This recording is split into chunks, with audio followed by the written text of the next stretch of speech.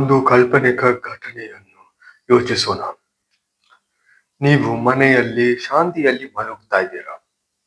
ನಿಮ್ಮ ಮನೆ ಬಾಗಿಲು ಮತ್ತು ಕಿಟಕಿಗಳು ಎಲ್ಲ ಮುಚ್ಚಿದೆ. ರಾತ್ರಿಯ ಕತ್ತಲು ಮತ್ತು ಥಂಡಿ ಗಾಳಿಯ ಹವಾಮಾನದಲ್ಲಿ ಒಂದು ಶಾಂತಿ ಶಬ್ದವಿಲ್ಲದ ನಿದ್ದೆ ಕೊಡುತ್ತಾ ಇದೆ. ಆದರೆ ಹಠಾತ್ ಒಂದು ಜೋರಾದ ಶಬ್ದ ಮನೆಯಲ್ಲಿ ಕೇಳುತ್ತೆ. ಅದು ಕಿಟಕಿ ಪುಡಿ ಪುಡಿಯಾಗುವ ಶಬ್ದ. ಎಚ್ಚರಿಕೆ ಆಗಿ ನೀವು ತಕ್ಷಣವೇ ನಿದ್ದೆಯಿಂದ ಎದ್ದು ಹಾಸಿಗೆ ಹತ್ತಿರ ಒಂದು ಕಡ್ಡಿಯನ್ನು ಎತ್ತೀರ. ಶಬ್ದ ಮನೆಯ ಮುಖ್ಯ ಕೊಠಡಿಯಿಂದ ಬಂದಿರುವ ಕಾರಣದಿಂದ ನೀವು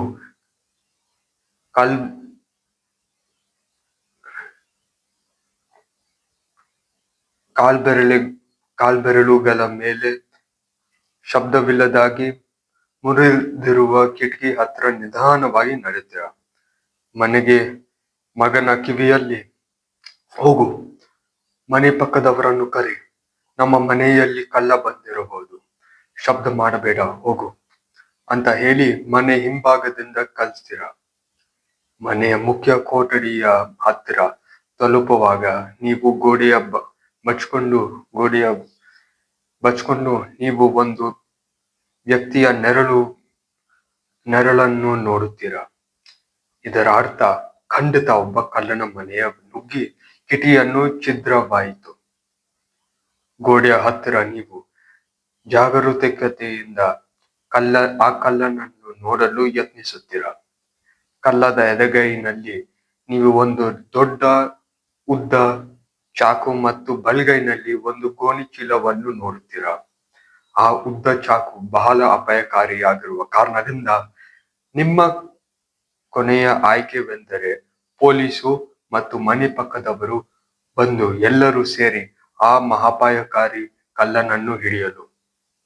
ಆ ಕಳ್ಳನು ನಿಮ್ಮ ಎಲ್ಲ ಅಮೂಲ್ಯವಾದ ವಸ್ತುಗಳನ್ನು ಗೋಣಿಚೀಲದಲ್ಲಿ ಹಾಕಿರುವಾಗ ಹಠಾತ್ನಲ್ಲಿ ಪೊಲೀಸು ಮತ್ತು ಜನರನ್ನು ಮನೆ ಬಾಗಿಲಿಂದ ಪ್ರವೇಶಿಸಿ ಎಲ್ಲರೂ ಕಳ್ಳನನ್ನು ಕಳ್ಳತನದ ಮಧ್ಯದಲ್ಲಿ ಹಿಡಿತಾರೆ. ನೀವು ಈಗ ಕೊನೆಯಲ್ಲಿ ಬಹಿರಂಗಪಡಿಸಿ ಕಳ್ಳನ ಹಿಂದೆ ಎಲ್ಲರ ಗಮನಕ್ಕೆ ಬರುತ್ತೀರ.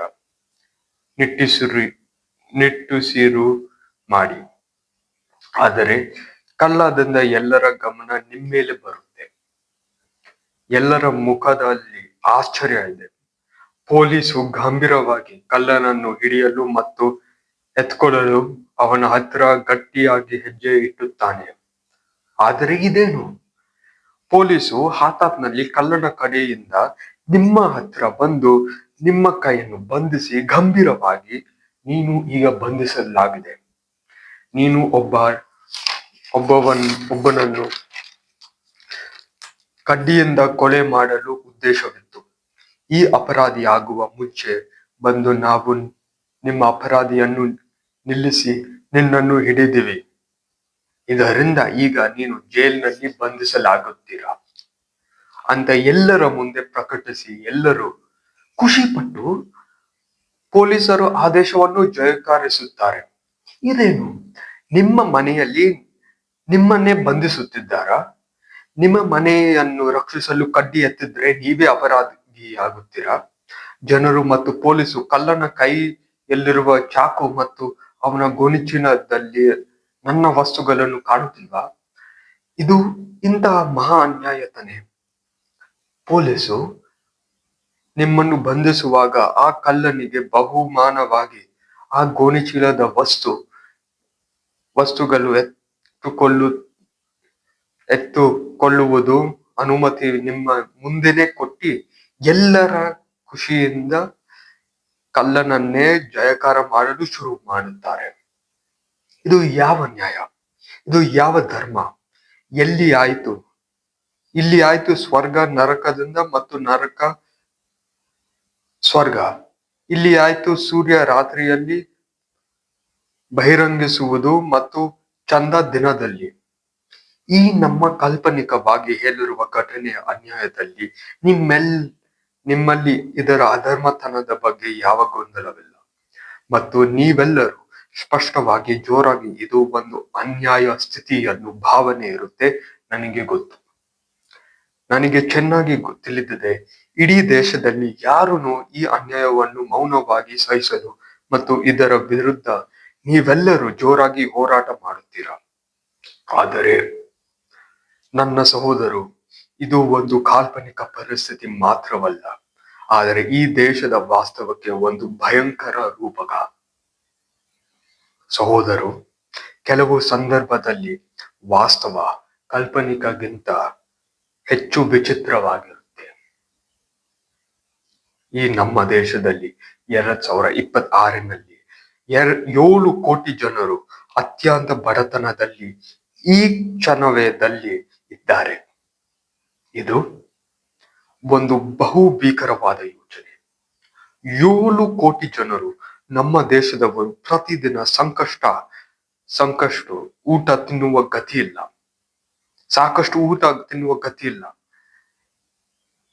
ನನಗೆ ಗೊತ್ತು, ಇದು ಒಂದು ಬಹು ದೊಡ್ಡ ಸಂಖ್ಯೆ. ಆದರೆ ದಯವಿಟ್ಟು ನಾನು ಬೇಡುತ್ತೇನೆ, ಆ ಸಂಖ್ಯೆ ಅಥವಾ ಅಂಕಿಅಂಶಗಳು ಮಾತ್ರವನ್ನು ನೋಡಬೇಡಿ. ಆದರೆ ಈ ಅಂಕಿಅಂಶಗಳ ಹಿಂದೆ ಮನುಷ್ಯದ ಮುಖಗಳನ್ನು ಯೋಚನೆ ಮಾಡಿ.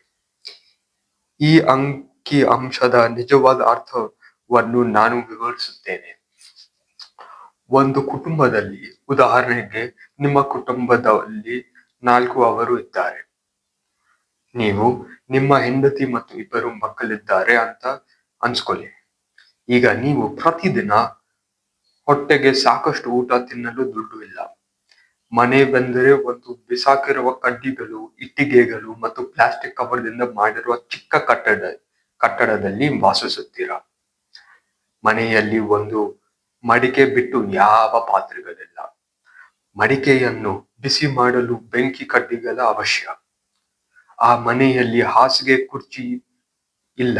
ಎಲ್ಲರ ನೆಲದ ಮೇಲೆನೆ ಮಲಗುದು. ಯಾವುದಾದರೂ ಮರದ ವಸ್ತುಗಳಿದ್ರೆ ಅವು ಬಿಸಾಕಿರುವ ವಸ್ತುಗಳಿಂದ ಎತ್ತಿಕೊಂಡಿರೋದು. ಹೀಗೆ ನೀವು ಮನೆಯಲ್ಲಿ ನಿಮ್ಮ ಹೆಂಡತಿ ಮಕ್ಕಳು ಹೊಟ್ಟೆ ಹಸಿತಿರುವುದನ್ನು ಕಂಡು ನಿಮ್ಮ ಚಿಕ್ಕ ಪಾಲದ ಊಟವನ್ನು ತ್ಯಾಗ ಮಾಡಿ ಅವರಿಗೆ ಕೊಡುತ್ತೀರಾ ಮತ್ತು ನೀವು ಖಾಲಿ ಹೊಟ್ಟೆಯಲ್ಲಿ ಮಲ್ಕೋಬೇಕು. ಇಡೀ ಕುಟುಂಬಕ್ಕೆ ಸ್ವಲ್ಪ ಅನ್ನ ಅಥವಾ ರೋಟಿಯನ್ನು ವಿಭಾಗಿಸಿ ಬದುಕಲು ತಿನ್ನಬೇಕು. ಕೆಲವು ಒಮ್ಮೆ ಊಟ ಹಾಳಾಗಿದ್ರೆ ಅಥವಾ ಕೀಡಗಳು ಇದ್ರೂ ಅದನ್ನು ತಿನ್ನುವ ಬಿಟ್ಟು ಯಾವ ಆಯ್ಕೆವಿರಲ್ಲ. ಮಕ್ಕಳು ಒಳ್ಳೆ ಶಾಲೆ ಸೇರಲು ನಿಮ್ಮ ಹತ್ತಿರ ದುಡ್ಡು ಇಲ್ಲ. ಇದರಿಂದ ಅವರು ಸರ್ಕಾರ ಶಾಲೆಗೆ ಹೋಗುತ್ತಾರೆ. ಆದರೆ ಅದರಲ್ಲಿ ಶಿಕ್ಷಾ ಪಾಠದ ಗುಣಮಟ್ಟ ಸಾಕಾಗುತ್ತಾ ಇಲ್ಲ. ಅಲ್ಲಿನ ವ್ಯವಸ್ಥೆಗಳು ಹಾನಿಯಾಗಿದೆ ಅಥವಾ ಯಾವುದೇ ವ್ಯವಸ್ಥೆವೇ ಇಲ್ಲ. ಮಕ್ಕಳಿಗೆ ಶಿಕ್ಷೆ ಮಾಡಲು ಶಿಕ್ಷಕರು ಅಲ್ಲಿ ಹಾತದಲ್ಲಿ ಕೆಲವೊಮ್ಮೆ ಬರಲ್ಲ ಅಥವಾ ಸರಿಯಾಗಿ ಶಿಕ್ಷೆವೇ ಕೊಡಲ್ಲ. ಮಧ್ಯಾಹ್ನದ ಶಾಲೆ ಊಟ ಒಂದು ರೋಟಿ ಮತ್ತು ಉಪ್ಪು.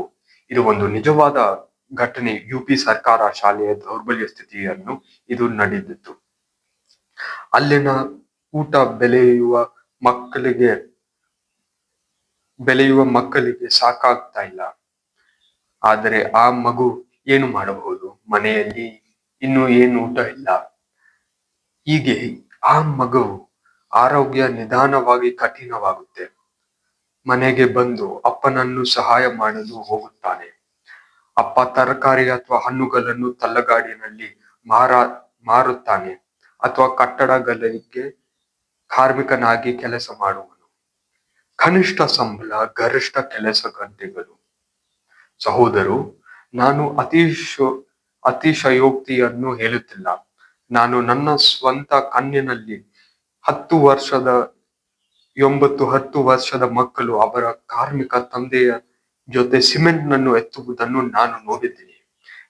ನನ್ಗೊತ್ತು ಚೆನ್ನಾಗಿ, ನೀವು ಕೂಡ ನೋಡಿರಬಹುದು ಅಂತ. ಶಾಲೆಯಲ್ಲಿ ಸರಿಯಾದ ಶಿಕ್ಷವಿಲ್ಲದಿಂದ ಅವನ ತಂದೆ ತಾಯಿ ಕೆಲಸಕ್ಕೆ ಹಾಕುತ್ತಾರೆ. ಹೀಗೆ ಅಪ್ಪ ಮಗ ತಡರಾತ್ರಿಯಲ್ಲಿ ಬಂದು ಅತಿ ಸುಸ್ತಾಗಿ ಅಲ್ಲೇ ಬೀಳುತ್ತಾರೆ. ಹಿರಿಯ ಮಗ ಸರ್ಕಾರ ಪರೀಕ್ಷೆಗೆ ಓದಲು ಆಸೆ ಇತ್ತು. ಆದರೆ ಎಲ್ಲಿದೆ ಸಮಯ? ಕೆಲಸಕ್ಕೆ ಹೋಗಬೇಕು, ಇಡೀ ದಿನ ಅಥವಾ ಸ್ವಲ್ಪ ದುಡ್ಡು ಬರಲ್ಲ ಮತ್ತು ಇಡೀ ಕುಟುಂಬಕ್ಕೆ ಸಮಸ್ಯೆಗಳು ಉಂಟಾಗುತ್ತದೆ. ಓದಲು ಮತ್ತು ಉತ್ತಮ ಜೀವನೋಪಾಯದ ಅವಕಾಶ ಅವನ ಕೈಯಿಂದ ದೂರವಾಗುತ್ತೆ. ಗುರಿ ಆಗುತ್ತೆ ದೂರದ ಕನಸು. ಪ್ರತಿದಿನ ಆ ಕನಸು ಅವರಿಂದ ಒಂದು ಹೆಜ್ಜೆ ದೂರವಾಗುತ್ತೆ. ವರ್ಷಗಳು ವೇಗವಾಗಿ ಹೋಗಿ ಅವರು ಕೂಡ ಅವನ ಅಪ್ಪ ಮಟ್ಟಕ್ಕೆ ಏರುತ್ತಾನೆ, ಕಾರ್ಮಿಕ ಅಥವಾ ಮಾಮೂಲಿ ಕೆಲಸ ಮಾಡುವವನು. ಹೀಗೆ ಈ ಮಹಾನ್ಯಾಯ ಮತ್ತು ಕ್ರೂರಿ ಚಕ್ರನಲ್ಲಿ ಸಿಕ್ಕಾಕೊಂಡಿದ್ದಾರೆ. ಪ್ರತಿ ತಲೆಮಾರಿನ ಆರ್ಥಿಕ ಶಕ್ತಿ ಮತ್ತು ಸಂಬಳ ಕನಿಷ್ಠವಾಗುತ್ತದೆ. ಬಡತನ ಒಂದು ಆಯ್ಕೆ ಅಲ್ಲ, ಅದು ಒಂದು ಚಕ್ರವ್ಯೂಹ. ಸಹೋದರು, ನಾನು ಉದಾಹರಣೆಗೆ ಈ ಕಥೆಯನ್ನು ವಿವರಿಸಿದೆ.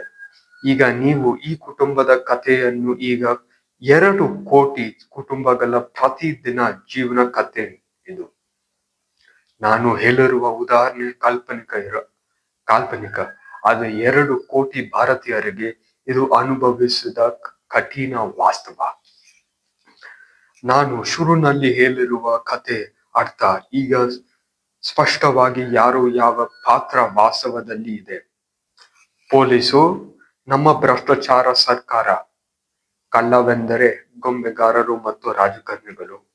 ಮನೆ ಪಕ್ಕದವರು, ಇನ್ನು ಭರವಸೆ ಇಟ್ಟಿರುವ ಜನಸಾಮಾನ್ಯರು ಮತ್ತು ಬಂಧಿಸಿರುವವನು ನಾವೇ ಭಾರತೀಯರು. ನಮ್ಮ ದೇಶದವನ್ನು ರಾಜಕಾರಣಿಗಳು ಮತ್ತು ಗೊಂಬೆಗಾರರು ಇಬ್ಬರು ನಮ್ಮ ಮುಂದೆನೆ ಕುಂದಿಸುತ್ತಿದ್ದಾರೆ. ದೇಶದ ಆಂತರಿಕ ಅಡಿಪಾಯವೇ ನಿರಾಶೆ ಮಾಡಲು ಪ್ರಗತಿಯಲ್ಲಿದೆ. ಇದು ಮಾಡುತ್ತಿರುವವರು ತಾವೇ ಜನರ ರಕ್ಷಕರು, ಜನರ ಕಾಪಾಡುವವರು, ನೇತಾ, ನಾಯಕ, MLA, MP ಗಳೇ. ಇದರಗಿಂತ ದೊಡ್ಡ ದ್ರೋಹಿ ಜನರು ಮತ್ತು ಈ ದೇಶದ ಇತಿಹಾಸದಲ್ಲಿ ನಾವು ಅನುಭವಿಸಲಿಲ್ಲ. ಸ್ವತಂತ್ರ ಹೋರಾಟಗಾರರು ಧೈರ್ಯದಿಂದ ತಮ್ಮ ಎದೆಯನ್ನು ಬ್ರಿಟಿಷ್ ಗೋಲಿಗಳನ್ನು ಕಡೆಗೆ ತಿರುಗಿ ಎದುರಿಸಿದರು, ಆದರೆ ಅವರ ಬೆನ್ನಲ್ಲಿ ಚಾಕುದಿಂದ ಇರಿತ ಮಾಡಲು ಯಾವತ್ತೂ ಅನಿಸ್ಲಿಲ್ಲ. ಆದರೆ ಹೀಗೆ ಆಗಿದೆ. ನಾನು ನಿಮ್ಗೆ ವಿವರಿಸುತ್ತೇನೆ ಯಾಕೆ. ಕಳ್ಳನ ಕತೆ ಈ ದೇಶದ ಸ್ಥಿತಿಯನ್ನು ತಕ್ಕಂತೆ ಸರಿ ಅಂತ. ಕಳ್ಳನ ಗುಹೆಯಲ್ಲಿ ನಿಮ್ಮ ಜನರ ಎಲ್ಲ ನ್ಯಾಯದಲ್ಲಿ ಸಂಪಾದಿಸುವ ಹಣ ಇದೆ. ಇದರಿಂದ 2 ಕೋಟಿ ಜನರು ಅತ್ಯಂತ ಕಠಿಣ ಬಡತನದಲ್ಲಿ ಸಿಕ್ಕಾಕೊಂಡಿರುವ ಕಾರಣ. ನಂಬೇಡಿ, ಈ ದೇಶದಲ್ಲಿ ಎಲ್ಲರಿಗೆ ಸಾಕಷ್ಟು ಹಣವಿಲ್ಲವಂತ. ಭಾರತದ ಇತಿಹಾಸದಲ್ಲಿ ದೇವರ ಕೃಪೆಯಿಂದ ಈ ಮಣ್ಣು ಬೇಕಾದಷ್ಟು ಸಂಪತ್ತು, ಆಸ್ತಿ, ಹಣ, ಊಟ ಎಲ್ಲರಿಗೂ ಕೊಟ್ಟಿದೆ. ಈ ಕಾರಣದಿಂದ ಭಾರತದ ಕೆಲವು ಸ್ಥಳೀಯಗಳು ಅಮೆರಿಕ ಮತ್ತು ಶ್ರೀಮಂತ ದೇಶಗಳಷ್ಟು ವಿಕಸಿತವಿದೆ. ಮತ್ತು ಭಯಂಕರ ಮಾತುವೆಂದರೆ ಭಾರತೀಯ ಕೆಲವು ಸ್ಥಳೀಯಲ್ಲಿ ಆಫ್ರಿಕಾದ ಸಹಾರಾ ಮರಳುಭೂಮಿಗಿಂತ ಹೆಚ್ಚು ಬಡತನದಲ್ಲಿದೆ. ಯೋಚನೆ ಮಾಡಿ, ಪ್ರಪಂಚದ ಅತಿ ಬಿಸಿ, ಅತ್ಯಂತ ದೊಡ್ಡ ಮರಳುಭೂಮಿ ಮತ್ತು ನಾಗರಿಕ ಯುದ್ಧಗಳು, ಉಗ್ರಗಾಮಿ ತುಂಬಿರುವ ಘೋರ ಮರಳುಭೂಮಿಗಿಂತ ಹೆಚ್ಚು ಬಡವ ಸ್ಥಳೀಯ ನಮ್ಮ ದೇಶದಲ್ಲಿದೆ. ಯೋಚನೆ ಮಾಡಿ, ಇಂತಹ ಅನ್ಯಾಯ, ಇಂತಹ ಕೆಟ್ಟ ಪರಿಸ್ಥಿತಿ ನಮ್ಮ ದೇಶದಲ್ಲಿ. ಇದು ನಮ್ಮ ಸರ್ಕಾರದ ವೈಫಲ್ಯವನ್ನು ಸ್ಪಷ್ಟವಾಗಿ ತೋರಿಸುತ್ತೆ. 9 ವರ್ಷಗಳ ಸಮಯವಿದ್ರೂ ನಮ್ಮ ಸರ್ಕಾರ ತಮ್ಮ ಕರ್ತವ್ಯವನ್ನು ಪೂರ್ಣಿಸಲು ಸಂಪೂರ್ಣವಾಗಿ ವೈಫಲ್ಯವಾಯಿತು. ಬದಲು ದೇಶದ ಜೀವನೋಪಾಯ ಗುಣಮಟ್ಟ ಏರಲು ಬದಲು 9 ವರ್ಷಗಳ ನಂತರ ದೇಶದ ಬೆಳವಣಿಗೆಯನ್ನು ಕೆಳಗೆ ಎಳೆದಿದೆ. ಸಾಕ್ಷಿ 1970ನಲ್ಲಿ ನಾವು ಚೀನಾಗಿಂತ ಶ್ರೀಮಂತರಾಗಿದ್ವಿ. ಪ್ರತಿಯೊಂದು ಭಾರತೀಯ ನಾಗರಿಕ, ಅಂದರೆ ಜನಸಾಮಾನ್ಯರು, ನಾನು ನೀನು, ಚೀನಾದ ನಾಗರಿಕಗಿಂತ 2 ಸತಿಗಿಂತ ಹೆಚ್ಚು ಹಣವಿತ್ತು. 1970ರಲ್ಲಿ ಇಡೀ ದೇಶ ಭಾರತ ಚೀನಾಗಿಂತ ಬಹಳ ಮುಂದೆ ಇತ್ತು. ಆದರೆ 2026ನ ಪರಿಸ್ಥಿತಿ ಪೂರ್ಣ ಬದಲಿದೆ. ವಿರುದ್ಧ ಇದೆ. ದೇಶದ ಅತ್ಯಂತ ಅಂಧಭಕ್ತನಿಗೂ ಮನಸ್ಸಿನಲ್ಲಿ ಗೊತ್ತು, ಚೀನಾ ವಿಕಸಿತನದಲ್ಲಿ ನಮ್ಮನ್ನು ಸಾವಿರಾರು ಅಡಿ ಮುಂದೆ ದಾಟಿ ನಮ್ಮ ದೇಶವನ್ನು ಧೂಳಿನಲ್ಲಿ ಬಿಟ್ಟಿದೆ ಅಂತ. ಬರೀ ಚೀನಾ ವಿಶೇಷ ಅಂತ ಯೋಚಿಸಬೇಡಿ. 60 ವರ್ಷಗಳ ಹಿಂದೆ ಇಡೀ ಏಷ್ಯಾ ಖಂಡದಲ್ಲಿ ವಿಕಸಿತ ದೇಶಗಳಲ್ಲಿ ಭಾರತ ಮುಂದಿತ್ತು. ನಮಗಿಂತ ಕೆಟ್ಟ ಕಠಿಣ ದೇಶಗಳಿದ್ದವು, ಬಹಳಷ್ಟು ದೇಶಗಳು. ಘೋರ ಮಹಾ ವಾಸಹತುಶಾಹಿ ಕ್ರಾಂತಿಗಳು, ಯುದ್ಧ ಮತ್ತು ಬಡತನದಲ್ಲಿದ್ದವು. ಆದರೆ 2026ರಲ್ಲಿ ದೇಶಗಳು ದಾಟಿ ನಮ್ಮ ಮುಂದೆ ಹೋದರು. ಉದಾಹರಣೆಗೆ ಜಪಾನ್, ಚೀನಾ, ಕೊರಿಯಾ, ಸಿಂಗಾಪುರ ಮತ್ತು ಇನ್ನೂ ದೇಶಗಳಿವೆ. ಆ ದೇಶಗಳನ್ನು ತನ್ನ ದೌರ್ಬಲ್ಯ, ಬಡತನದಿಂದ ಹೊರಬಂದಿದ್ದರೆ ನಾವು ಯಾಕೆ 90 ವರ್ಷ ನಂತರ ಇನ್ನು ಈ ಕಠಿಣ ಸ್ಥಿತಿಯಲ್ಲಿದ್ದೀವಿ? ಈ ದೇಶಗಳನ್ನು ಅವರ ಸಮಸ್ಯೆಗಳಿಂದ ಹೊರಬರುವ ಕಾರಣವೆಂದರೆ ಒಂದು ಒಳ್ಳೆಯ ಸರಕಾರ ಮತ್ತು ಪೂರ್ಣ ಒಗ್ಗಟ್ಟಿನಲ್ಲಿರುವ ಜನರು. ಇಬ್ಬರು ಏಕವಾಗಿ ಸೇರಿ ಒಂದೇ ಗುರಿಯ ಕಡೆಗೆ ಧೈರ್ಯವಾಗಿ ಮುಂದೆ ಹೆಜ್ಜೆ ಹಾಕಿದ್ರು. ದಶಕಗಳ ಕಷ್ಟಪಟ್ಟು ಕೆಲಸ ಮಾಡಿ ಇಡೀ ದೇಶ ವಿಕಸಿತ ಮತ್ತು ಬಲಿಷ್ಠವಾಯಿತು. ನಮ್ಮ ದೇಶದ ಹಾಗೆ ಅಲ್ಲ. 2 ಕೋಟಿ ಜನರು ತಿನ್ನುವ ಗತಿ ಇಲ್ಲದ ಹಾಗೆ ಅಲ್ಲ. ಇದರಿಂದ ಈ ದೇಶಗಳು ಮುಂದೆ ಹೋಗಿ ಅಲ್ಲಿನ ಜನರು ಒಂದು ಖುಷಿಯಾದ ಮತ್ತು ಉತ್ತಮ ಜೀವನವನ್ನು ನಡೆಯುತ್ತಾರೆ. ನಮ್ಮ ಸರ್ಕಾರ ನಮ್ಮನ್ನು ವಿಫಲಗೊಳಿಸಿದೆ. ಅದು ತನ್ನ ಜವಾಬ್ದಾರಿ ಮತ್ತು ಕೆಲಸವನ್ನು ಪೂರ್ಣಿಸಲಿಲ್ಲ. ಆ ಭ್ರಷ್ಟಾಚಾರಿ ಮತ್ತು ದಪ್ಪ ಸರ್ಕಾರದ ಆಡಳಿತದಲ್ಲಿ 2 ಕೋಟಿ ನಾಗರಿಕರು ಗುಲಾಮ್ಗಳ ಹಾಗೆ ಜೀವನ ನಡೆಯುತ್ತಾರೆ. ಗುಲಾಮ್ ಕೂಡ ಹಾಗಲ್ಲ, ಗುಲಾಮ್ಗಿಂತ ಕೆಳಗೆ ಕೂಡ ಜೀವನ ಮಾಡುತ್ತಾರೆ 2 ಕೋಟಿ ನಮ್ಮ ಸಹೋದರರು. ಮತ್ತು ಖಾಲಿ ಹೊಟ್ಟೆನಲ್ಲಿ ಮಲಗುತ್ತಾರೆ. ಮತ್ತು 2 ಕೋಟಿ ಜನರು ತಮ್ಮ ಸಹೋದರರು ಒಂದು ಉತ್ತಮ ಜೀವನ ನಡೆಯುವುದನ್ನು ನೋಡಿ ಆ ಜೀವನವನ್ನು ನಡೆಯಲು ಅವಕಾಶವಿಲ್ಲದೆ ಮುಂದಿರುವ ಕನಸಿನಲ್ಲಿ ಮಲಗುತ್ತಾರೆ, ಮುರಿದಿರುವ ಕನಸದಲ್ಲಿ ಮಲಗುತ್ತಾರೆ. ನಮ್ಮ ಸರ್ಕಾರವು ಜನರ ಒಳ್ಳೆಯಕ್ಕೆ ಬದಲು ಕೆಲವರ ಲಾಭ ಮಾತ್ರಕ್ಕೆ ಕೆಲಸ ಮಾಡುತ್ತೆ ಮತ್ತು ಬಾಕಿದವರೆಲ್ಲ ನಾಶಕ್ಕೆ ಕೆಲಸ. ನಮ್ಮ ಸಿಸ್ಟಮ್ ಭ್ರಷ್ಟಾಚಾರಿ ಮತ್ತು ಸ್ವಾರ್ಥಿತನದಲ್ಲಿ ಮುಳುಗಿದೆ. ನೆನೆಸಿದೆ, ಈ ನಮ್ಮ ಪರಿಸ್ಥಿತಿ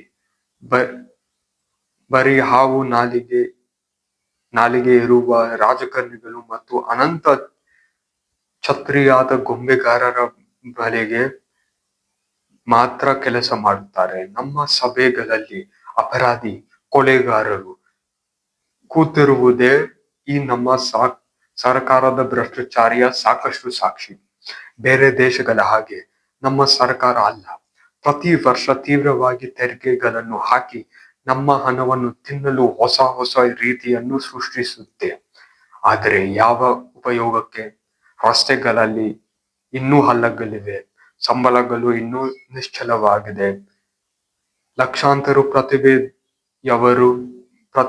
ಪ್ರತಿಭೆ ಇರುವ ಭಾರತೀಯರು ನಮ್ಮ ದೇಶವನ್ನು ಬಿಟ್ಟು ಬೇರೆ ದೇಶಗಳನ್ನು ನಾಗರಿಕವಾಗಲು ಹೋಗುತ್ತಾರೆ. 2 ಕೋಟಿ ಭಾರತೀಯರು ಅತ್ಯಂತ ಬಡತನದಲ್ಲಿದ್ದಾರೆ ಮತ್ತು ಅಮೆರಿಕ, ಚೀನಾ ದೇಶಗಳು ನಮಗೆ ಆದೇಶ ಕೊಡುತ್ತಿದೆ. ನಮ್ಮ ಸರ್ಕಾರ 80 ವರ್ಷಗಳಿಂದ ತೆರಿಗೆಯನ್ನು ಸಂಗ್ರಹಿಸಿ ಎಲ್ಲಿ ಮಾಯವಾಯಿತು ಪ್ರಗತಿ? ಆ ಲಕ್ಷಾಂತರ ಕೋಟಿ ಜನರ ದುಡ್ಡು ಎಲ್ಲಿ ಹೋಯ್ತು? ಹೇಳುತ್ತೇನೆ, ರಾಜಕಾರಣಿಗಳು ಮತ್ತು ಗೊಂಬೆಗಾರರು ಜೇಬಿನಲ್ಲಿದೆ, ಅವರ ಹೊಟ್ಟೆನಲ್ಲಿದೆ. ಸಹೋದರು, ಎಷ್ಟು ಸತಿ ಹೇಳಬೇಕು? ಯಾಕೆ ನಾವು ಅರ್ಥವಾಗ್ತಾ ಇಲ್ಲ? ಈ ನಮ್ಮ ಸರ್ಕಾರದ ನಮ್ಮದು ಅಂತ ಹೇಳಕ್ಕಾಗಲ್ಲ. ಲೋಕತಂತ್ರ ಅಲ್ಲ, ಆದರೆ ಒಂದು ಅನ್ಯಾಯದಲ್ಲಿ ಹುಟ್ಟಿರುವ ಸರ್ಕಾರ. ಬ್ರಿಟಿಷ್ಗಳ ಹಾಗೆಯೇ ತಾವು ಜನರ ಮೇಲೆ ಮತ್ತು ಯಾವ ಜವಾಬ್ದಾರಿವಿಲ್ಲದೆ ಆಡಳಿತ ಮಾಡುತ್ತಿದ್ದಾರೆ. ನಮ್ಮ ದೇಶದಲ್ಲಿ ಸರಿ ಅಥವಾ ತಪ್ಪು ಮುಖ್ಯ ಅಲ್ಲ, ಬರೀ ಜೇಬಿನಲ್ಲಿ ದುಡ್ಡು ಇದೆಯಾ ಅಥವಾ ಇಲ್ವಾ. ಈ ದೇಶದಲ್ಲಿ ಹಣವಿದ್ರೆ ಕಾನೂನು ಮತ್ತು ನ್ಯಾಯವೂ ನಿಮ್ಗೋಸ್ಕರ ನಿಮ್ ಮುಂದೆನೆ ಪಲ್ಟಿ ಹೊಡೆಯುತ್ತೆ. ಪುಣೆ ಪಾರ್ಶೆ ಪ್ರಕರಣ ಮತ್ತು ಇತ್ತೀಚೆಗೆ ನಡೆದ ಕಾನ್ಪುರ್ ಲಂಬೋರ್ಗಿನಿ ಪ್ರಕರಣ ಇದಕ್ಕೆ ಸಾಕ್ಷಿ. ನಮ್ಮ ದೇಶದಲ್ಲಿ ಸತ್ಯ ಹೇಳಿದ್ರೆ ನಿಮ್ಮ ಧ್ವನಿಯನ್ನು ಉಗ್ರವಾಗಿ ಮುಚ್ಚಿಸುತ್ತಾರೆ ಮತ್ತು ಯಾವುದಾದರೂ ಭ್ರಷ್ಟಾಚಾರಿಯನ್ನು ಜನರಿಗೆ ತೋರಿಸಲು ಧೈರ್ಯವಿದ್ದರೆ ರಾಜಕಾರಣಿಗಳು ಮತ್ತು ಗೊಂಬೆಗಾರರು ಸುಮ್ನೆ ಬಿಡಲ್ಲ. ಅವನ ಹೆಸರನ್ನು ಮಣ್ಣಿನಲ್ಲಿ ಮುಳುಗಿಸುತ್ತಾರೆ ಅಥವಾ ಅವನ ಮೇಲೆ ಸುಪಾರಿ ಕೂಡ ಹಾಕಲು ಒಂದು ಆಶ್ಚರ್ಯ ಉಂಟುವ ಮಾತಲ್ಲ. ನೀವೇ ಈಗಲೇ ಗೂಗಲ್ನಲ್ಲಿ ನೋಡಬಹುದು ಎಷ್ಟು ಪತ್ರಿಕಾರರು ಭ್ರಷ್ಟಾಚಾರಿಯನ್ನು ತೋರಿಸಲು ಅವರು ದಂಡ ಆಯಿತು ಅವರ ಮರಣ.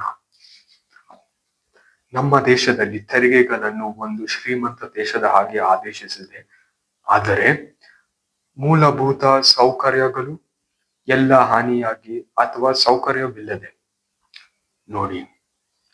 ಇಡೀ ದೇಶವನ್ನು ಮುಂದೆ ಹೋಗುವಾಗ ನಮ್ಮ ದೇಶ ಹಿಂದೆ ಎಳೆಯುತ್ತಿದ್ದಾರೆ. ಚೀನಾ, ಜಪಾನ್ ಇತ್ಯಾದಿ ದೇಶಗಳ ಸರ್ಕಾರಗಳು ಜನರನ್ನು ಮುಂದೆ ದಾರಿಯನ್ನು ತೋರಿಸಿತು. ಆದರೆ ನಮ್ಮ ಗೆದ್ದಲುಗಳ ತುಂಬಿರುವ ಸರ್ಕಾರ ಒಂದು ಕಬ್ಬಿನ ತೂಕ ಹಾಗೆ ಜನರನ್ನು ಕೆಳಗೆ ಇಳುತ್ತಾ ಇದೆ.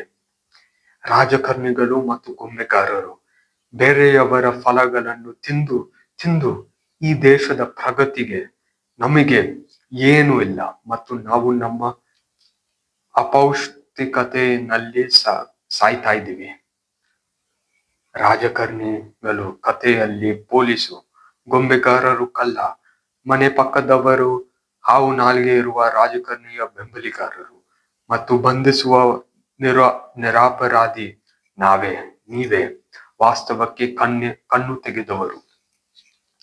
ಸಹೋದರು, ಈ ನಮ್ಮ ದೇಶದ ಸರ್ಕಾರ ನಮ್ಮ ದೇಶವನ್ನು ಮುಂದೆ ಮಾಡಲು, ವಿಕಸಿತ ಮಾಡಲು, ಬಲಿಷ್ಠ ಮಾಡಲು, ವಿಶ್ವಶಕ್ತಿ ಮಾಡಲು ಜನರಿಗೆ 80 ವರ್ಷಗಳಿಂದ ಶಪಥ ಹೇಳಿಕೊಂಡೇ ಬರುತ್ತದೆ. ಆದರೆ ಯಾವ ಫಲಿತಾಂಶಕ್ಕೆ ಆಗಿಲ್ಲ. ಸರ್ಕಾರ ಮತ್ತು ರಾಜಕಾರಣಿಗಳು ನಮ್ಮ ದೇಶದ ದೌರ್ಬಲ್ಯತನ ಮತ್ತು ಹಿಂದುಳಿದ ಕಾರಣಕ್ಕೆ 80 ವರ್ಷಗಳಿಂದ ಹುಡುಕೊಂಡೇ ಬರುತ್ತದೆ ಮತ್ತು ಯಾವಾಗ್ಲೂ ಒಂದು ಹೊಸ ಸಮಸ್ಯೆಯನ್ನು ಮೇಲೆ ಆರೋಪ ಹಾಕುತ್ತಾರೆ. ಆದರೆ ಸರ್ಕಾರ ಯಾವತ್ತಾದ್ರೂ ಕಾರಣವನ್ನು ಹುಡುಕಲು ಕನ್ನಡಿನಲ್ಲಿ ನೋಡಿದ್ಯಾ? ಕನ್ನಡಿನಲ್ಲಿ ಸ್ಪಷ್ಟವಾಗಿ ಸರ್ಕಾರ ಈ ದೇಶದ ಹಿಂದುಳಿದ ಕಾರಣವನ್ನು ಸಿಗುತ್ತೆ. ಸರ್ಕಾರದಲ್ಲಿ ನಮ್ಮ ದೇಶದ ವೀರ ಮತ್ತು ಧೈರ್ಯದವರು, ಪ್ರತಿಭೆದವರು ಸೇರಬೇಕಿತ್ತು. ಆದರೆ ಬದಲು ಈ ಸಮಾಜನ ಅತ್ಯಂತ ಕೆಟ್ಟ, ದುಷ್ಟ ಮತ್ತು ನೀಚದವರು ಸೇರಿದ್ದಾರೆ. ಹೀಗೆ ಸರ್ಕಾರ ಒಂದು ಪ್ರಗತಿ ಮತ್ತು ದೇಶಬೆಲೆಯ ವಾಹನದಿಂದ ಈಗ ಕಳ್ಳರ, ಕೊಲೆಗಾರರ ಮತ್ತು ಭ್ರಷ್ಟಾಚಾರಿಯವರ ಗೂಡು ಆಗಿದೆ. ಸಹೋದರು, ನಾವು ಅರ್ಥ ಮಾಡಬೇಕು, ನಮ್ಮ ದೇಶದ ಎಲ್ಲ ಸರ್ಕಾರ ಯೋಜನೆಗಳು ವೈಫಲ್ಯವಾಗಲು ಮತ್ತು ಅಪ್ರಭಾವಿಯ ಕಾರಣ ರಾಜಕಾರಣಿಗಳು ಮತ್ತು ಗೊಂಬೆಗಾರರು. ಸರ್ಕಾರ ಯೋಜನೆ ಜನಸಾಮಾನ್ಯರಿಗೆ ತಲುಪುವ ಮೊದಲು ದಾರಿಯಲ್ಲಿ ರಾಜಕಾರಣಿಗಳು ಮತ್ತು ಗೊಂಬೆಗಾರರು ಹೂಡಿಕೆ ಮತ್ತು ಹಣವನ್ನು ತಿಂದು ಜನರಿಗೆ ತಲುಪುವಾಗ ಬರೀ ಪುಡಿಗಳೇ ಮಾತ್ರ ಬಿಟ್ಟಿರುತ್ತಾರೆ. ಇದರಿಂದ 80 ವರ್ಷದಿಂದ ಸರ್ಕಾರಗಳು ಬಂದು ಹೋದ್ರು, ಪಕ್ಷಗಳು ಬಂದು ಹೋದ್ರು, ಆದರೆ ರೈತರ ಆತ್ಮಹತ್ಯೆ ಮಾಡುವುದು ನಿಲ್ಲಿಸಲಿಲ್ಲ. ಇನ್ನು 80 ವರ್ಷಗಳು ಆಗಿದೆ. ಈಗ 2026ರಲ್ಲಿ ಹಿಂದುಳಿತ ಮತ್ತು ಬಡತನ ಅಪ್ರಗತಿಯಿಂದ ಹೊರಬರಲು ಒಂದು ಆಯ್ಕೆ ಅಲ್ಲ, ಆದರೆ ನಿರ್ಣಾಯಕ ಅಗತ್ಯ. ಇಡೀ ಪ್ರಪಂಚ ಸ್ಪರ್ಧೆಯಲ್ಲಿದೆ, ಆದರೆ ನಾವು ಇನ್ನೂ ಹಿಂದುಳಿತವಾಗಿದ್ದೀವಿ. ಈ ಸ್ಪರ್ಧೆ ನಮ್ಮ ರಾಜಕೀಯ ಹಾಗೆ ನಾಟಕ ಅಲ್ಲ, ಆದರೆ ಇಡೀ ದೇಶದ ಭಾಗ್ಯವನ್ನು ನಿರ್ಧರಿಸುವ ಗಂಭೀರ ಸ್ಪರ್ಧೆ. AI ಒಂದು ಬಹುಮುಖ್ಯ ಕ್ಷೇತ್ರ. ಅಮೆರಿಕ ಮತ್ತು ಚೀನಾ ಕಂಪನಿಗಳು ಒಂದು ತೀವ್ರ ಸ್ಪರ್ಧೆಯಲ್ಲಿ ಇದ್ದಾರೆ ಮತ್ತು ನಾವು ಆಸ್ಟ್ರೋಟಾಕ್ ಹಾಗೆ ಕಟ್ಟಡ ಆಪ್ಗಳು ಕಟ್ಟುತ್ತಾ ಇದ್ದೀವಿ. ಇನ್ನು ನಾವು ಏಕೆಂದ್ರೆ ಸರ್ಕಾರ ಜನರಿಗೆ ಸಾಕಷ್ಟು ಬೆಂಬಲ ಕೊಡಲಿಲ್ಲ. ಇನ್ನು ನಾವು ಹಳೆಯ ಯೋಚನೆಯಲ್ಲಿ ಬದುಕಲು ಬಿಟ್ಟಿದ್ದೀವಿ. ಜಾತಿ, ಧರ್ಮ ಮತ್ತು ಇತ್ಯಾದಿ ಕಾಲ್ಪನಿಕ ವಿಭಾಗಗಳನ್ನು ನಿಜವಾದ ಸಮಸ್ಯೆಗಳಿಂದ ಗಮನ ತೆಗೆದಿದೆ. ಇಲ್ಲ, ನಾವು ಪ್ರಪಂಚದ ಗುಲಾಮಿಗಳು ಆಗಲು ಬಿಡಲ್ಲ. ಪ್ರಪಂಚದ ಭಿಕಾರಿಯಾಗಲು ಬಿಡಲ್ಲ. ಬೇರೆ ದೇಶಗಳು ನಮ್ಮನ್ನು ಹೊಡೆದಿದ್ರೆ ನಾವು ಸುಮ್ಮನೆ ಇರಲ್ಲ. ಮತ್ತು ಈ ದೇಶದ ಜನಸಾಮಾನ್ಯರು ಬಡತನ ಮತ್ತು ಅಪ್ರಗತಿಯಲ್ಲಿ ಇರಲು ನಾವು ಖಂಡಿತ ಖಂಡಿತ ಬಿಡಲ್ಲ. ನಮ್ಮ ಗುರಿ ಬಹಳ ಸರಳ: ತಕ್ಷಣ ಮತ್ತು ವೇಗವಾಗಿ ಈ ದೇಶದ ಎಲ್ಲ ಕ್ಷೇತ್ರವನ್ನು ವಿಕಸಿತ ಮಾಡಬೇಕು. ಸರಳ ಗುರಿ, ಆದರೆ ಸುಲಭ ಗುರಿ ಖಂಡಿತ ಇಲ್ಲ. ನೀವೇ ಯೋಚನೆ ಮಾಡಬಹುದು, ಇದು ಒಂದು ಒಳ್ಳೆಯ ಗುರಿ ಮತ್ತು ಎಲ್ಲರೂ ಇಡೀ ಸಮಾಜ ಲಾಭವಾಗುತ್ತೆ. ಆದರೆ ವಾಸ್ತವದಲ್ಲಿ ಇದಕ್ಕಿಂತ ಕಷ್ಟ ಗುರಿ ಯಾವುದೂ ಇಲ್ಲ.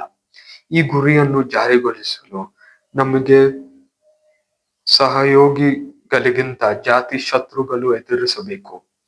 ನಾವು ಇಡೀ ರಾಜಕಾರಣಿ ವರ್ಗ ಮತ್ತು ಕತ್ತಲಲ್ಲಿ ಬಚ್ಚಿಟ್ಕೊಂಡಿರುವ ಶಕ್ತಿಶಾಲಿ ಗೊಂಬೆಗಾರರನ್ನು ಎದುರಿಸಬೇಕು. ನಾವು ರಾಜಕಾರಣಿಗಳ ಮತ್ತು ಹಲವಾರು ಪಕ್ಷಗಳ ಬೆಂಬಲಿಗರನ್ನು ಎದುರಿಸಬೇಕು. ನಾವು ಎದುರಿಸಬೇಕಿರುವ ಶತ್ರುಗಳು ಬರೀ ನಮ್ಮ ದೇಶದ ಒಳಗೆ ಇರುವುದನ್ನು ಯೋಚಿಸಬೇಡಿ. ಬಾಹ್ಯ ಶಕ್ತಿಗಳು ಕೂಡ ನಮ್ಮ ಗುರಿ ವೈಫಲ್ಯವಾಗಲು ಬೇಡುತ್ತಾರೆ. ಆದರೆ ನಮ್ಮ ಗುಲಾಮತನ ಈಗ ಅಂತಿಮ ಮಾಡಬೇಕು. ಜಾಸ್ತಿನೇ ಆಯಿತು ನಮ್ಮ ದೇಶದ ಹಿಂದುಳಿತ ಮತ್ತು ದೌರ್ಬಲ್ಯತನ. ಸಾಕು. ನಾವು ಪ್ರಪಂಚದಲ್ಲಿ ಬೇರೆ ದೇಶಗಳ ಪಾದ ಹತ್ತಿರ ಬಗ್ಗಲು ಈಗ ನಿಲ್ಲಿಸಬೇಕು. ಜಾಸ್ತಿನೇ ಆಯಿತು. ನಮ್ಮ ದೇಶದಲ್ಲಿ ಜನರು ಸಾವಿರಾರು ಹಾನಿಕಾರ ವಿಭಜನೆ. ನಾವು ನಮ್ಮೊಡನೆ ಒಳಗನೆ ನಮ್ಮ ಎಲ್ಲ ಶಕ್ತಿಯನ್ನು ಬಿಸಾಕಿ ವಿಭಾಗದಲ್ಲಿ ಏಕತನ ಕಳೆದು ಹೋದ್ವಿ. ಸಾಕಾಯಿತು ರಾಜಕಾರಣಿಗಳ ದೊಡ್ಡ ದೊಡ್ಡ ವಾದ, ನಾರ ಮತ್ತು ಟೊಳ್ಳು ಮಾತುಗಳು. ಈಗ ಸಮಯ ಬಂದಿದೆ ದೇಶವನ್ನು ಕಟ್ಟುವುದು. ರಾಜಕೀಯ ಆಟಗಳು ಆಡಲು ಅಲ್ಲ. ನಾವು ಮಾಡಬೇಕಿರುವ ಕೆಲಸದ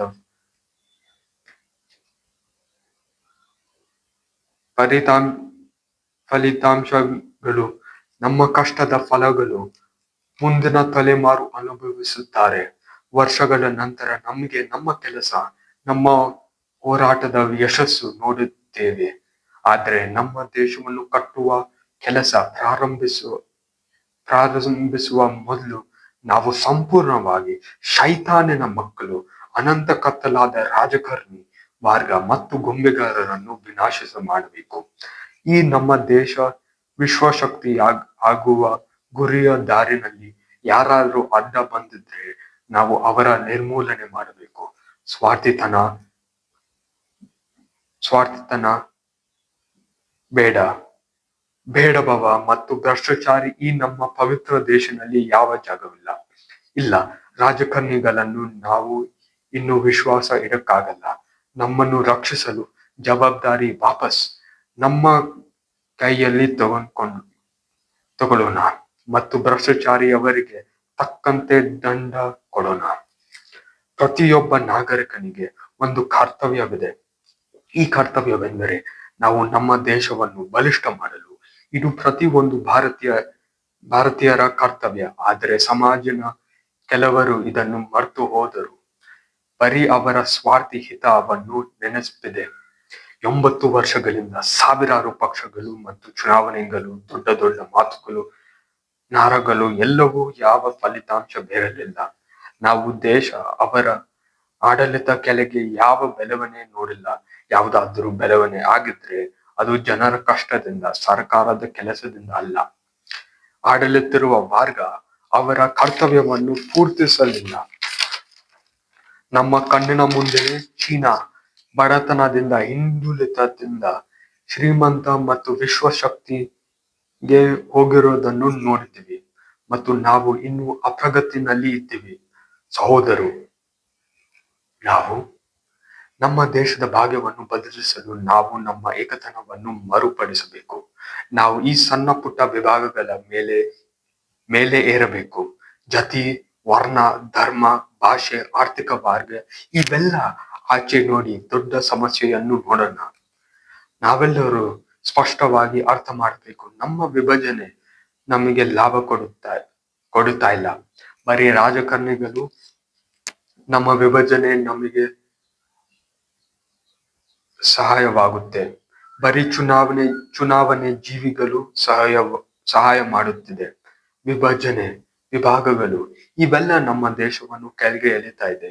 ಮತ್ತು ಈ ದುಷ್ಟ ರಾಜಕಾರಣಿಗಳು ಎದುರಿಸಲು ನಮಗೆ ಯಾವ ಶಕ್ತಿ ಬರಲ್ಲ. ಬರೀ ಏಕತನದಲ್ಲಿ ಶಕ್ತಿ ಇದೆ. ಬರೀ ಏಕತನದಲ್ಲಿ ಒಂದು ಉತ್ತಮ ಜೀವನ ನಡೆಯುವ ಅವಕಾಶವಿದೆ. ಬರೀ ಏಕತನದಲ್ಲಿ ನಿಜವಾದ ಪ್ರಗತಿ ಮತ್ತು ಅಭಿವೃದ್ಧಿಯ ಮಾರ್ಗ ಸಿಗಬಹುದು. ಏಕತನವೇ ಎಲ್ಲ. ವಿಭಜನೆಯಲ್ಲಿ ನಾವು ಏನೂ ಇಲ್ಲ. ಕಾರಣವಿದೆ ಯಾಕೆ ನಾನು ಯಾವಾಗ್ಲೂ ವಿಡಿಯೋ ಕೊನೆಯಲ್ಲಿ ಏಕತನದ ಸಂದೇಶವನ್ನು ಹೇಳುತ್ತೇನೆ. ನಾವು ಪ್ರತ್ಯೇಕವಾಗಿ ಆ ದೊಡ್ಡ ದೊಡ್ಡ ಶಕ್ತಿಗಳನ್ನು ಎದುರಿಸಲು ಅಸಾಧ್ಯ. ಅವರು ನಮಗಿಂತ ಶ್ರೀಮಂತರು, ಶಕ್ತಿಶಾಲಿಯವರು, ಪ್ರಸಿದ್ಧವಾಗಿದ್ದವರು. ನಮ್ಮ ಹತ್ತಿರ ಯಾವ ತಾಕತ್ತಿಲ್ಲ. ನಾವು ಆದರೆ ಅವರ ಶಕ್ತಿಯನ್ನು ವಿರೋಧಿಸಲು ಅಸಾಧ್ಯ, ಏಕೆಂದರೆ ಅವರನ್ನು ಸಹಾಯ ಮಾಡಲು ಅವರ ಆಸ್ತಿ, ಅಂಧ ಬೆಂಬಲಿಗಾರರು ಅಷ್ಟೇ ಅಲ್ಲ, ಆದರೆ ಇಡೀ ಸರ್ಕಾರ ಅವರಿಗೆ ಬಗ್ಗಿ ಅವರ ಸಹಾಯ ಮಾಡುತ್ತಾರೆ. ಪುಣೆ ಪೋರ್ಷೆ ಪ್ರಕರಣ ಇದರ ಸಾಕಷ್ಟು ಸಾಕ್ಷಿ. ಆ ಪ್ರಕರಣದಲ್ಲಿ ನಾವು ನೋಡ್ವಿ ಹೇಗೆ ಸರ್ಕಾರ ಮತ್ತು ನ್ಯಾಯ ಆ ಅನ್ಯಾಯ ಕೊಲೆಗಾರನನ್ನು ಬೆಂಬಲಿಸುತ್ತ ಮಾಡಿತು. ಈ ದೇಶದಲ್ಲಿ ಕೆಲವರು ಮೂರ್ಖರಿದ್ದಾರೆ. ಅವರು ಇನ್ನೂ ನಾಯಕರು, ಪಕ್ಷಗಳು, ರಾಜಕೀಯದಲ್ಲಿ ವಿಶ್ವಾಸ ಇಟ್ಟಿದ್ದಾರೆ.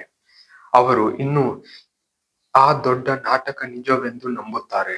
ಅವರು ಟೊಳ್ಳು ವಾದಗಳು ಮತ್ತು ಸಿಹಿ ಮಾತುಗಳಲ್ಲಿ ವಿಶ್ವಾಸ ಇಟ್ಟು ರಾಜಕಾರಣಿಗಳ ಮಹಾ ಬೆಂಬಲಿಗಾರರಾಗಿದ್ದಾರೆ.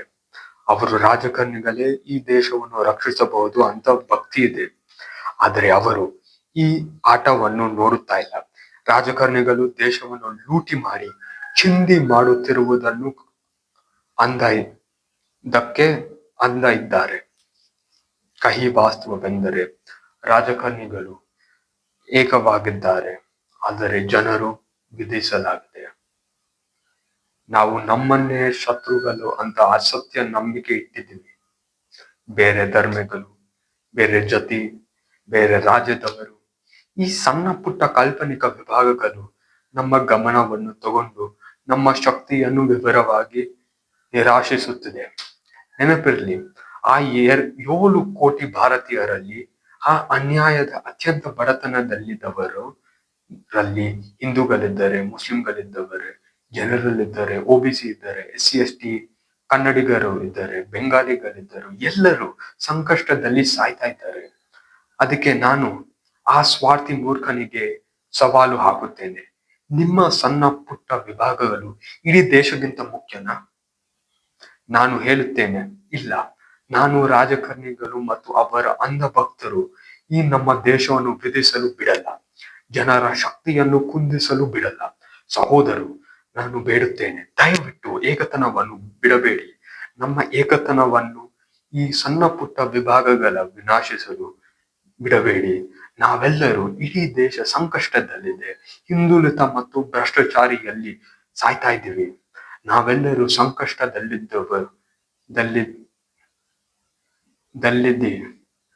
ದಲ್ಲಿದ್ದೀವಿ ಮತ್ತು ನಾವೆಲ್ಲರೂ ಸೇರಿ ಒಗ್ಗಟ್ಟಿನಲ್ಲಿ ಹೊರಬರಬಹುದು. ಈಗ ನಾವು ರಾಜಕಾರಣಿಗಳು, ಪಕ್ಷಗಳು, ನೇತಾಗಳು ಮಾತುಗಳಲ್ಲಿ ವಿಶ್ವಾಸ ಇಡಲ್ಲ. ಇನ್ ಮುಂದೆ ಬರೀ ನಮ್ಮಲ್ಲೇ, ಜನರಲ್ಲೇ ವಿಶ್ವಾಸ ಇಟ್ಕೊಳ್ಳೋಣ ಮತ್ತು ಧೀರವಾಗಿ ಮುಂದೆ ಹೆಜ್ಜೆ ತಗೊಳ್ಳೋಣ. ಬಿಜೆಪಿ ಅಲ್ಲ, ಕಾಂಗ್ರೆಸ್ ಅಲ್ಲ, ಮೋದಿ ಅಲ್ಲ, ರಾಹುಲ್ ಗಾಂಧಿ ಅಲ್ಲ. ಬರೀ ಜನರೇ ನಮ್ಮ ದೇಶವನ್ನು ಬಲಿಷ್ಠ ಮಾಡಬಹುದು. ಬರೀ ಜನರೇ ಭ್ರಷ್ಟಾಚಾರಿ, ಆಂತರಿಕ ಕೊಲೆಯುವಿಕೆ, ದ್ರೋಹಿಗಳು, ಸ್ವಾರ್ಥಿಗಳು, ಟೊಳ್ಳುವಾದಗಳನ್ನು ಎದುರಿಸಬಹುದು.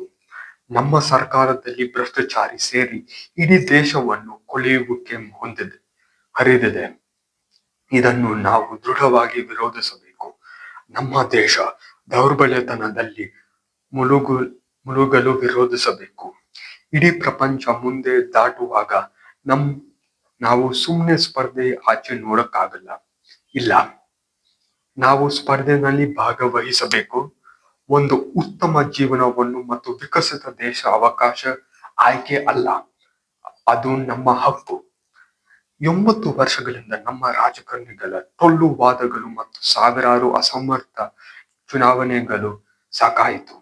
ನಮಗೆ ನಿಜವಾದ ಬದಲಾವಣೆ ಅವಶ್ಯವಿದೆ ಮತ್ತು ಖಂಡಿತ ಯಾವ ರಾಜಕಾರಣಿಯು ಇದನ್ನು ಜಾರಿಗೊಳಿಸಲು ಅಸಾಧ್ಯ. ಆ ಅಸತ್ಯ ಪ್ರವಾದಿ ಮೋದಿ ಎಲ್ಲ ರಾಜಕಾರಣಿಗಳೇ ಹಾಗೆಯೇ ವಿಶೇಷ ಅಲ್ಲ.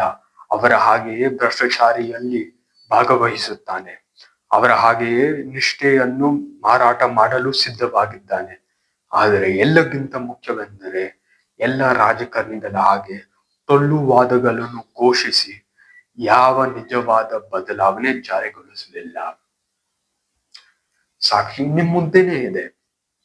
ಪ್ರತಿಯೊಬ್ಬ ನಾಗರಿಕ ಬ್ಯಾಂಕ್ ಖಾತೆಯಲ್ಲಿ 15 ಲಕ್ಷ ರೂಪಾಯಿ ಹಾಕುತ್ತೇನೆ, ಅಚ್ಚೆ ದಿನ್, ನಾ ಖಾऊंगा ನಾ ಖಾನೆ दूंगा, Swachh Bharat, Atmanirbhar Bharat, make in India, demonetisation, ಧೈರ್ಯವಾದ ವಿದೇಶಿ ರಾಜತಂತ್ರ, ಸಬ್ಕಾ ಸಾಥ್ ಸಬ್ಕಾ ವಿಕಾಸ್, ಪ್ರಗತಿ ಮನುಷ್ಯ, ಇವೆಲ್ಲ ಟೊಳ್ಳು ನಾರಗಳನ್ನು ನೆನಪಿದೆಯಾ? ಮೋದಿಯ ಪ್ರತಿಯೊಂದು ಯೋಜನೆ ವೈಫಲ್ಯವಾಗಿದೆ. ಒಳ್ಳೆ ಉದ್ದೇಶವಿದ್ರೂ ಯೋಜನೆ ಜಾರಿಗೊಳಿಸುವಾಗ ಸಾಧಾರಣ ಜನರಿಗೆ ತಲುಪುವಾಗ ಬರೀ ಪುಡಿಗಳು ಮಾತ್ರ ಬಿಟ್ಟಿರುತ್ತೆ. ಯಾಕಂದ್ರೆ ರಾಜಕಾರಣಿಗಳು ಮತ್ತೆ ಗೊಂಬೆಗಾರರು ಅವೆಲ್ಲ ಹೂಡಿಕೆಯನ್ನು ತಿನ್ನುತ್ತಾರೆ. ಮೋದಿ ತನ್ನ ಶಪಥವನ್ನು ಈಡೇರಿಸಲು ವೈಫಲ್ಯವಾಯಿತು. ಪ್ರತಿಯೊಂದು ರಾಜಕಾರಣಿಗಳ ಹಾಗೆ ಆದನು ದೊಡ್ಡ ಮಾತು, ಚಿಕ್ಕ ಕೆಲಸ. ಜನರ ಮುಂದೆ ಶುದ್ಧ, ಬಾಗಿಲ ಹಿಂದೆ ಅಶುದ್ಧ. ಪ್ರಪಂಚದ ಮುಂದೆ ದೇಶಭಕ್ತಿ, ಚುನಾವಣೆಯಲ್ಲಿ ದೇಶ ವಿಭಜನೆ. ಮೋದಿ ತನ್ನ ಕರ್ತವ್ಯವನ್ನು ವೈಫಲ್ಯವಾಗಿರುವ ಸಾಕ್ಷಿ ನಿಮ್ಮುಂದೆನೇ ಇದೆ. ಮೊದಲು 2014 ಚುನಾವಣೆಯಲ್ಲಿ ಮೋಸತನದಿಂದ ಎಲ್ಲರಿಗೆ ಅಚ್ಚೆ ದಿನ್ ವಾದ ಮಾಡಿದ. ಆದರೆ 2026ನಲ್ಲಿ ಆ ನಾರ ಅಚ್ಚೆ ದಿನ್ ಎಲ್ಲೂ ಕಾಣುತ್ತಾ ಇಲ್ಲ. ಯಾಕೆ? ಏಕೆಂದ್ರೆ ಮೋದಿ ಮತ್ತು ಬಿಜೆಪಿ ಸುಳ್ಳುಗಾರರು ಗೊತ್ತು ಅಚ್ಚೆ ದಿನ್ ಬಂದಿಲ್ಲ ಮತ್ತು ಜನರ ಮುಂದೆ ಮತ್ತೊಮ್ಮೆ ಆ ಮೋಸತಂತ್ರವನ್ನು ಹೇಳಿದ್ರೆ ಜನಕ್ರೋಶ ಅವರ ಇಡೀ ಸರ್ಕಾರವನ್ನೇ ಒಂದೇ ದಿನದಲ್ಲಿ ಪೂರ್ತಿ ತಿನ್ನುತ್ತೆ. ಇದರಿಂದ ಈ ಬಿಜೆಪಿದ ಮೋಸತಂತ್ರ ಕಾರ್ಖಾನೆಯಿಂದ ಒಂದು ಹೊಸ ನಾರ ರೂಪಿಸಿದರೆ ವಿಕಸಿತ ಭಾರತ್ 2047. ಇದರ ಅರ್ಥವೆಂದರೆ ವಿದ್ಯಮಾನದಲ್ಲಿ ಹಿಂದೆ 12 ವರ್ಷದ ಆಡಳಿತದಲ್ಲಿ ದುಷ್ಟ ಅಸತ್ಯ ಪ್ರವಾದಿಯ ಸರ್ಕಾರ ಏನೂ ಸಾಧಿಸಲಿಲ್ಲ. ಹೀಗಾಗಿ ಮತ್ತೊಮ್ಮೆ ನಮ್ಮ ಗಮನವನ್ನು ಕೆಡಿಸಲು ಆ ಹೊಸ ಮೋಸತಂತ್ರ. ಆದರೆ ಇದು ಒಂದು ಹೊಸ ಮೋಸತಂತ್ರ. ಆದರೆ ನಮಗೆ ಗೊತ್ತು, ನಾವು ಮತ್ತೊಮ್ಮೆ ಇವರ ಆಟನಲ್ಲಿ ಬೀಳಲ್ಲ, ಇವರ ಜಾಲನಲ್ಲಿ ನಾವು ಬೀಳಲ್ಲ. ನಾವು ಮತ್ತೊಮ್ಮೆ ದ್ರೋಹಿ ಆಗಲು ಬಿಡಲ್ಲ. ಸಮಸ್ಯೆ ಮಾಮೂಲಿ ಚುನಾವಣೆಗಳಿಗಿಂತ ದೊಡ್ಡದು ಮತ್ತು ಇದರ ಪರಿಹಾರ ಬರೀ ಜನರೇ ಕೊಡಬಹುದು.